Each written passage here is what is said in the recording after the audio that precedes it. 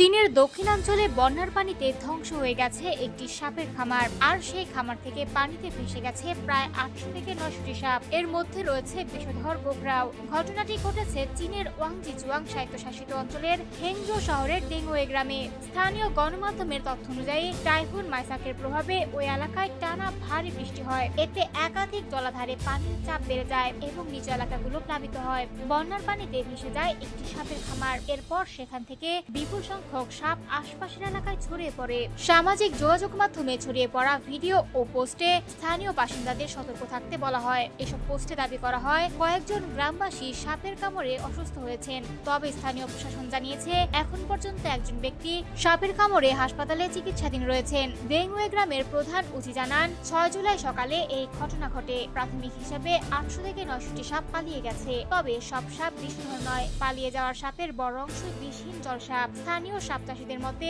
ওই এলাকায় মূলত গোখরা, কিং রেড স্নেক এবং জলসাপ পালন করা হয়। এর মধ্যে শুধু গোখরাই বিষধর। বন্যার পানিতে ভেসে যাওয়া অনেক সাপ দীর্ঘ সময় পানির নিচে থাকায় মারা যেতে পারে বলেও ধারণা করা হচ্ছে। পরিস্থিতি নিয়ন্ত্রণে স্থানীয় প্রশাসন উদ্ধারকারী দল মোতায়েন করেছে। পাশাপাশি ক্ষতিগ্রস্ত এলাকায় স্বেচ্ছাসেবী একটি দল বাড়ি বাড়ি গিয়ে সাপ উদ্ধারের কাজ করছে। গ্রামবাসীদের সতর্ক করে জানানো হয়েছে কেউ যেন নিজেরা সাপ ধরার চেষ্টা না করেন। বাড়িতে বা আশপাশে সাপ দেখা গেলে দ্রুত স্থানীয় কর্তৃপক্ষকে খবর দিতে বলা হয়েছে।